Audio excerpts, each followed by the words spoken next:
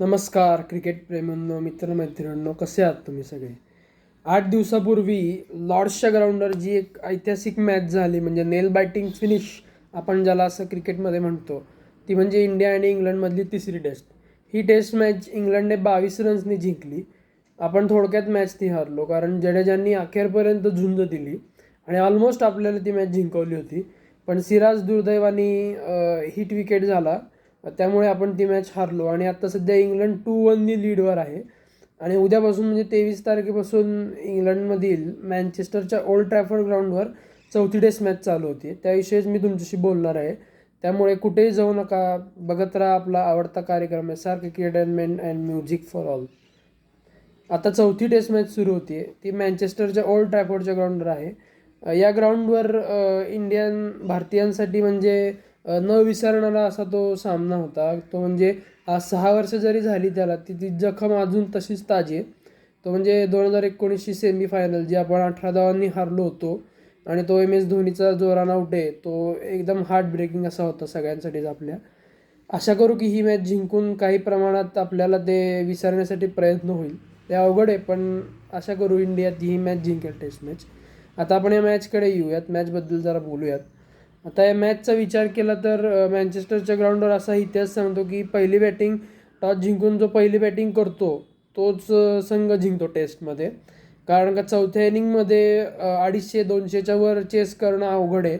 तशी हिस्ट्री आहे इंग्लंडमधल्याच सगळ्या ग्राउंड्सची. त्यामुळे जो टॉस जिंकेल उद्या तो संघ पहिली बॅटिंग घेईल यात काही शंका नाही. त्यामुळे आता प्लेईंग 11कडे आपण येऊ. प्लेईंग 11चा विचार त्याच्या आधी आपण विकेटचा विचार करू. तर हे विकेट चांगलं असणार आहे, बॅटिंगला उपयुक्त असणार आहे. इंग्लंडमध्ये सध्या उन्हाळा चालू आहे, त्यामुळे इंग्लंडचा जो उन्हाळा असतो तो बॅटिंगला चांगला असतो आणि त्यामुळेच बॅटिंगला उपयुक्त असल्यामुळे टॉस जिंकून जो संघ जिंकेल तो पहिली बॅटिंगच घेईल. आता प्लेईंग 11चा विचार केला तर इंडियासाठी जरा डोकेदुखी आहे, कारण काही प्लेयर्स इंज्युअर्ड आहेत. जसं की आकाशदीप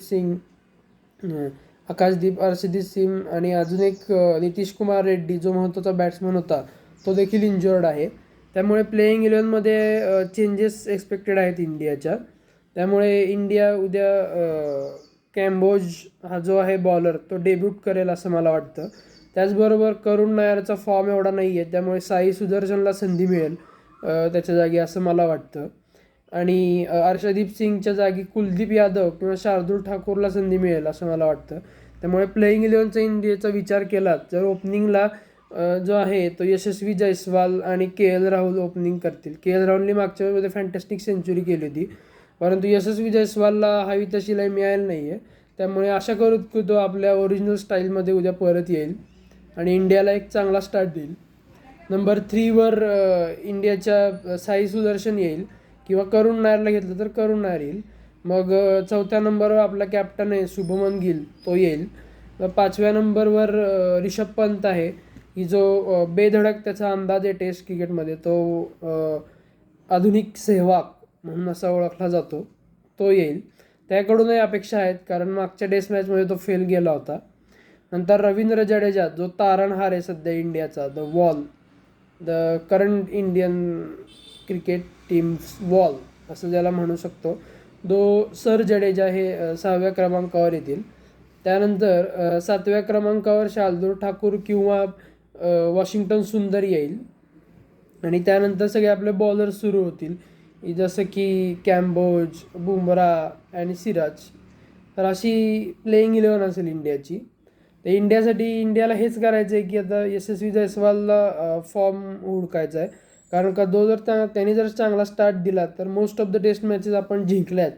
म्हणजे 2024 साली जे इंग्लंड इंडियात आलं होतं त्यामध्ये यशस्वी जयस्वालनी 2 डबल सेंचुरीज झळकावल्या होत्या आणि ती मालिका आपण 4-1नी जिंकलो होतो, कारण आपला संघ तेव्हा यंग होता. तरीसुद्धा रोहित शर्माने चांगला लीड केला आणि जिंकलो होतो. आशा करू की शुभमन गिल सुद्धा आपल्याला ही टेस्ट मॅच जिंकून या सिरीजमध्ये रंगत आणेल आणि 5वी जी टेस्ट मॅच आहे ती डिसायडर होईल, असं होईल अशी आशा करू. इंग्लंडचा विचार केला तर इंग्लंडचाही संघ तगडा आहे. इंग्लंडकडे चांगले ऑलराऊंडर्स आहेत, परत चांगले फास्ट बॉलर्स आहेत आणि ते आपल्या स्वतःच्या कंट्रीमध्ये खेळत आहेत, त्यामुळे त्यांना अनुभव आहे टेस्ट क्रिकेट खेळायचा. इंग्लंडची सलामीची जोडी आहे जॅक क्रॉली आणि बेन डकेट, ही देखील थोडी अडखळते, पण तेही या टेस्ट मॅचमध्ये सूर सापडेल त्यांना अशी आशा करू. 3 नंबरला येतो ऑली पोप आणि 4 नंबरला जो इंग्लंडचा जो दिग्गज बॅट्समन आहे जो रूट, तो त्यांचा तारणहार आहे असं म्हणता येईल. 5व्या नंबरला येतो त्यांचा हॅरी ब्रूक, तो देखील एक चांगला बॅट्समन आहे. आणि 6व्या नंबरला स्वतः कॅप्टन बेन स्टोक्स येतो. त्यानंतर इंग्लंड 8 वर्षांनी त्यांच्या संघात लियम डॉसन नावाचा ज्यांचा जो खेळाडू आहे त्याला परत संधी देणार आहे असं दिसतंय. त्याच्याशिवाय बॉलिंगमध्ये आहे त्यांच्याकडे जोफ्रा आर्चर आहे, ख्रिस वोक्स आहे, ब्रायडन कार्स आहे, परत असे सगळे त्यांचे बॉलर्स चांगले, बॉलिंग अटॅकही चांगला आहे त्यांचा. त्यामुळे ही एक फॅसिनेटिंग टेस्ट मॅच होणार आहे, यात काही शंकाच नाही. आणि मँचेस्टरमध्ये इंग्लंडमध्ये जर बघितलं आपण तर भारत आणि पाकिस्तानचे खूप नागरिक तिकडे स्थायिक आहेत. त्यामुळे most of the Indians fans तिकडे मॅच बघायला येतील आणि इंडियाला सपोर्ट करतील. त्यामुळे जे मँचेस्टरचं 2019 सालची जी जखम होती ती अजूनही प्रत्येक भारतीयांच्या मनात ताजी आहे. ती जखम थोड्या प्रमाणात पुसेल आणि ही मॅच आपण जिंकू अशी मी आशा करतो. त्यामुळे ही मॅच झाल्यानंतर या मॅचचा प्रिव्ह्यू सादर करणार आहे मी. त्यामुळे भेटूयात प्रिव्ह्यूला. So all the best team India.